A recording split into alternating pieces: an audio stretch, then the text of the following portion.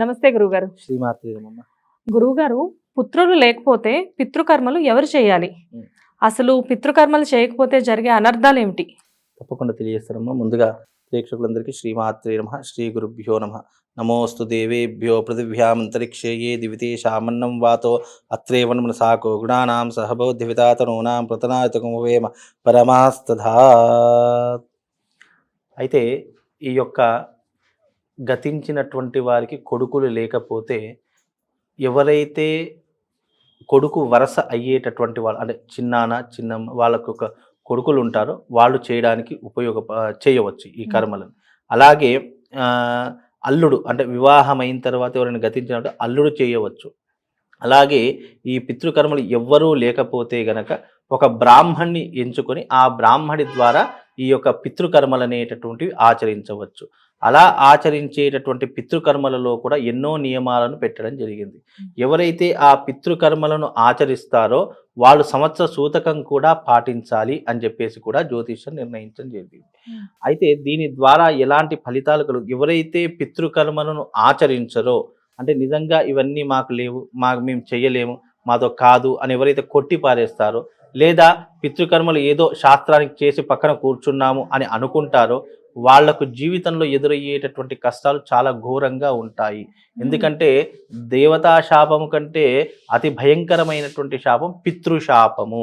ఎందుకంటే దేవుడి శాపంకి అయినా కొన్ని నియమాలు ఉంటాయేమో తప్పించుకోవడానికి, కానీ పితృశాపం ఒక్కసారి జీవితంలో మన వెంట పడింది అని అంటే దాని నుంచి తప్పించుకోవడం, దాని నుంచి బయటపడడం, దాన్ని అధిగమించడం అనేటటువంటిది చాలా నరకప్రాయంగా ఉంటుంది. ఎన్నో కష్టాలను అనుభవిస్తే తప్ప దాని నుంచి మనం బయటపడే కర్మ ఫలితము అని అంటాం దాన్ని. కర్మ ఫలితం. అయితే దీంట్లో ప్రధానంగా పితృకర్మలను ఆచరించేటటువంటి నియమాలను కూడా విధి విధానాలు శాస్త్రాల్లో కొన్ని చెప్పడం జరిగింది. అయితే నేను అన్నట్టుగా ఎవరైతే తల్లిదండ్రులు లేనటువంటి వారికి ఆ కొడుకు వరుస అయ్యేటటువంటి అంటే శ్రాద్ధ కర్మలు కూడా మగవారే ఆచరించాలి, ఆడవాళ్ళు ఆచరించకూడదు. మన సనాతన ధర్మంలో ఆడవాళ్ళు సపిండి కర్మను కానీ శ్రాద్ధ కర్మను కానీ ఆచరించేటటువంటి విధానాన్ని మనకు చెప్పలేదు. కానీ కొన్ని ప్రాంతాల వాళ్ళు కొన్ని తరగతుల వాళ్ళు ఏం చేస్తారు అంటే గనక అంటే వాళ్ళ ప్రాంతీయ ఆచారాన్ని బట్టి, వాళ్ళ యొక్క తెగలను బట్టి, వాళ్ళ కులాన్ని బట్టి కొంతమంది ఆడవాళ్ళు కూడా ఈ మధ్యకాలంలో పిండ ప్రదానాలు అనేటటువంటివి చేస్తున్నారు.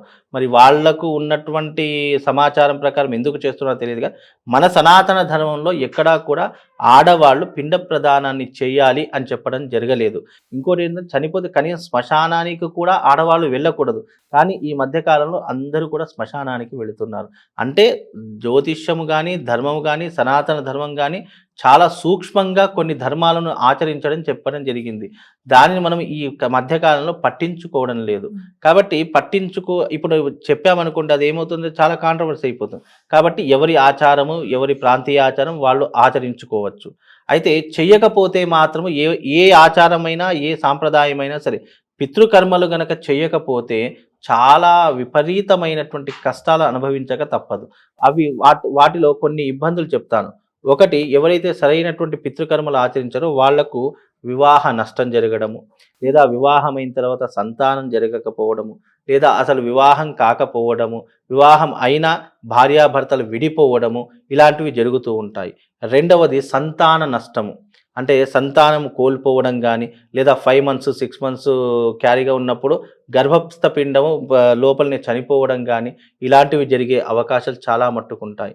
అలాగే వంశవృద్ధి ఆగిపోవడము, వంశవృద్ధి ఆగిపోవడం అంటే ఏంటి, ఒక వంశంలో లేదంటే ఒక కుటుంబంలో పూర్తిగా ఆడపిల్లలే పుట్టడము, ఇక మగ సంతానం లేకపోతే ఆ వంశం అక్కడితోటే ఆగిపోతుంది. ఇక ఎందుకంటే ఆ స్త్రీ పెళ్ళి వేరేళ్ళ ఇంటికి పోదు, ఆ వంశానికి పాత్ర వహిస్తుంది తప్ప ఈ వంశానికి ఎలా అంటే ఒక కుటుంబంలో పూర్తిగా స్త్రీ సంతానం జరిగినా కూడా అది పితృశాపం వల్లే జరుగుతుంది. అలాగే ఇంకో విషయం ఏంటంటే సంతాన నష్టము, సంతాన లోపము లేదు అని అంటే గనక వాళ్లకు జీవితంలో వృద్ధి లేకపోవడం. అంటే ఎంత డెవలప్మెంట్ అవుదామని చెప్పేసి మనం ఎంత కష్టపడ్డా జీవితంలో అస్సలు ఎదుగుదల లేకపోవడం, ఎక్కడ తీసిన గొంగడి అక్కడే ఉండడము, పనులు ఆలస్యంగా అవ్వడము, చేసే ప్రతి పనిలో ఆటంకాలు ఎదురవ్వడము, ఇవన్నీ కూడా పితృశాపం వల్ల కలుగుతూ ఉంటాయి. ఇక జీవితంలో వృద్ధి అంటే ఏంటి అంటే గనక మనం ఒక ఉద్యోగం చేస్తున్నాము, ఎంత కష్టపడ్డా మనం అదే ఉద్యోగంలో స్థిరపడుతున్నాం తప్ప ప్రమోషన్స్ రాకపోవడం కానీ, జీతాలు శాలరీస్ పెరగకపోవడం కానీ, లేదా నష్టం రావడం, అప్పులు చేసుకోవడము, అనారోగ్య పాలు కావడం, ఇవన్నీ కూడా కలిగేటటువంటి అవకాశం పితృశాపం వల్ల కలుగుతాయి. అందుకే జీవితంలో తప్పకుండా మనము పితృకర్మలను సరిగ్గా ఆచరించాలి. ప్రతి ఒక్క అమావాస్యకు నెలకు ఒకసారి మనకు అమావాస్య వస్తుంది. అమావాస్యకు గతించినటువంటి వాళ్ళ పేరు మీదుగా మనం ఆహారం తినేటట్టు మధ్యాహ్నం ఆహార భోజనం చేస్తాక ఆ తినే సమయంలో ఒక ముద్దను పక్కన పెట్టి ఒక బౌల్ లాంటిది తీసుకొని దాంట్లో అన్నం ముద్ద పెట్టేసి ప్రతి 12 గంటలకు అంటే అపరాహ్న వేళ అంటాం. 12 నుంచి 2 గంటల సమయంలో ఈ అపరాహ్న వేళ 2 గంటలు ఉంటుంది. ఆ సమయంలో మనం తినేటటువంటి ఆహార పదార్థం ఏదైతే అన్నం ముద్ద ఉంటుందో అది తప్పకుండా పితృదేవతలకు పెట్టి మనం భోజనం చేయాలి అని చెప్పేసి శాస్త్రం కూడా చెప్పడం జరిగింది. అంటే శాస్త్రంలో సూక్ష్మంగా ఎన్నో రకాలుగా చెప్పడం జరిగింది. కానీ విధి విధానంగా ఆచరించాలి అంటే ఎవ్వరు కూడా ఆచరించడం లేదు. ఈ విధంగా ఆచరిస్తే పితృదేవతల యొక్క అనుగ్రహం కలుగుతుంది. మనం చెప్పేటటువంటి ఎన్నో ఇబ్బందులు ఇప్పుడు చెప్పాము. వాటన్నిటిని కూడా అధిగమించాలన్నా లేదా అలాంటి సమస్యలు ఇక జీవితంలో రాకూడదు అని అనుకోవాలనుకున్నా మనం తప్పకుండా శ్రాద్ధకర్మను పితృదేవతల యొక్క కర్మను ఆచరించి తీరాలి. ఒకవేళ చెయ్యకపోతే అంటే గనక ఆ ఆలోచన వచ్చినా కూడా ఆ మనిషికి నరకప్రాయమే. ఎన్నో రకాలైనటువంటి ఇబ్బందులు పడతాడు. అవి చెప్పుకోలేనటువంటి సమస్యలుగా కూడా మారిపోతూ ఉంటాయి. అంటే జీవితంలో కొంతమంది వ్యక్తులు కొన్ని సమస్యలు ఎవరితో చెప్పుకోలేరు. చెప్పుకున్నా కానీ వాళ్ళు మనల్ని చూసి హేళన చేస్తూ ఉంటారు, నవ్వుతూ ఉంటారు. అలాంటి కష్టాలు కూడా చెప్పుకోలేనటువంటి కష్టాలు ఉన్నాయంటే ఆ మనిషి ఎంత నరకం అంటే బ్రతికుండగానే ఎంత నరకం అనుభవిస్తున్నాడో అతని మనసుకు అర్థమవుతుంది. అంటే ఇవన్నీ కూడా ఎందుకు జరుగుతాయి అనంటే మనం చేసే చిన్న లోపాల వల్లనే ఇలాంటి పెద్ద కష్టాలను మనం అనుభవిస్తాము. మనం చూడ్డానికి ఇప్పుడు జ్యోతిష్యంలో సనాతన ధర్మంలో చీమను చంపినా దోషమే అని అంటాము. అది చూడ్డానికి మనకు చిన్న సమస్యే. అంటే చీమను చంపితే అయిపోతుంది, దీనివల్ల ఏమీ జరగదని అనుకున్నాం.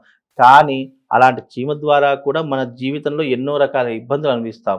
అలాంటి పితృదేవతల యొక్క కర్మలు చేయకపోతే మనం ఎంత పెద్ద భారాన్ని, ఎంత పెద్ద నష్టాన్ని అనుభవిస్తామో దీని ద్వారా అందరూ తెలుసుకోవాలి. ఇక నుంచైనా పితృకర్మలు, శ్రాద్ధకర్మలు, ఇలాంటి పితృపక్షాలు, మహాలయ పక్షాలు వచ్చినప్పుడు మీ పితృదేవతలకు మీ యొక్క గతించినటువంటి వారు ఎవరైతే ఉంటారో వాళ్ళందరికీ కూడా మీకు తోచినటువంటి విధంగా తర్పణాలు చేయండి. వీలైతే గోదావరి గంగా స్నానం చేసి అక్కడికి వెళ్ళి శ్రాద్ధకర్మలు ఆచరించండి. వీలైతే దాన ధర్మాలు చేయండి. దాని ద్వారా వాళ్ళ పుణ్యం మనకు కలుగుతుంది. వాళ్ళ పుణ్యం మనకు కలిగిందా, మనం ఎంతైతే కష్టాలు ఉన్నామో మళ్ళీ అంత జీవితంలో రెట్టింపు సుఖాన్ని పొందుతాము. ఎంతైతే కష్టం అనిపించో దానికి రెట్టింపు సంతోషాన్ని మనం అనుభవించి ఇస్తాము. అంత విశేషమైనటువంటిది ఈ యొక్క మహాలయ పక్షం అమ్మ. నమస్తే గురుగారు. శ్రీమాత.